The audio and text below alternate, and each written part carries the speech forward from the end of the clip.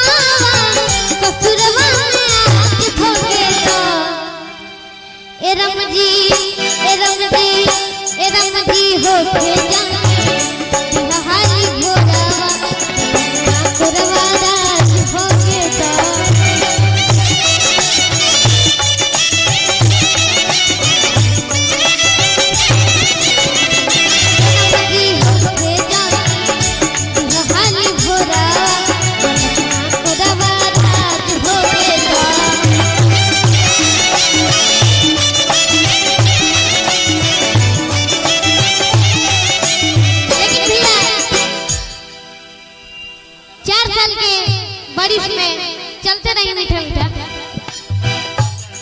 हम जब गोली भैया के गाना सुन ले रहे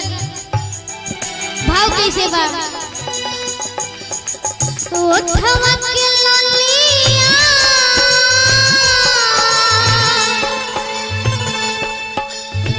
कानवा के बलिया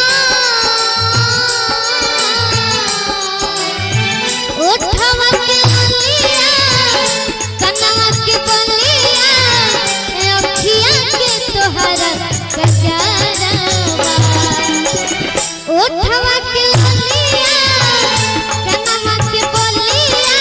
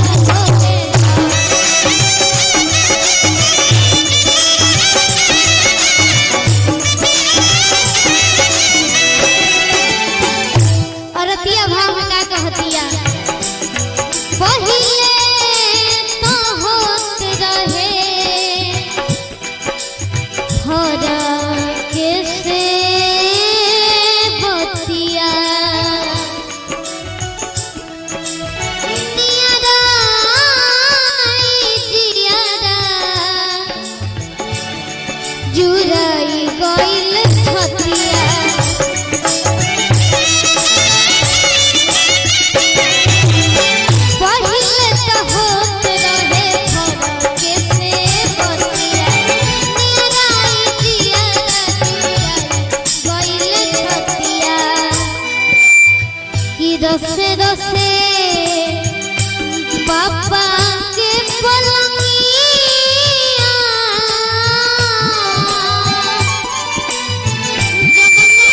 सज होखे तो रोसे रोसे पापा के पलंगिया जवनिया सज होखे तो किए राम जी तनी भाव में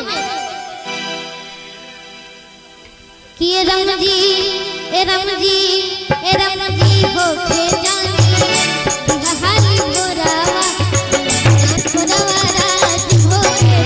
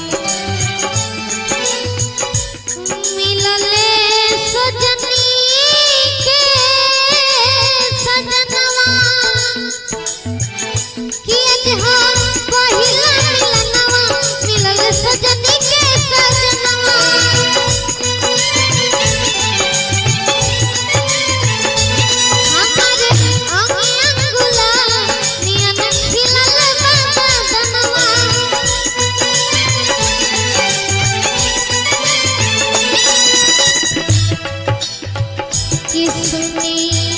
सुनी भगवान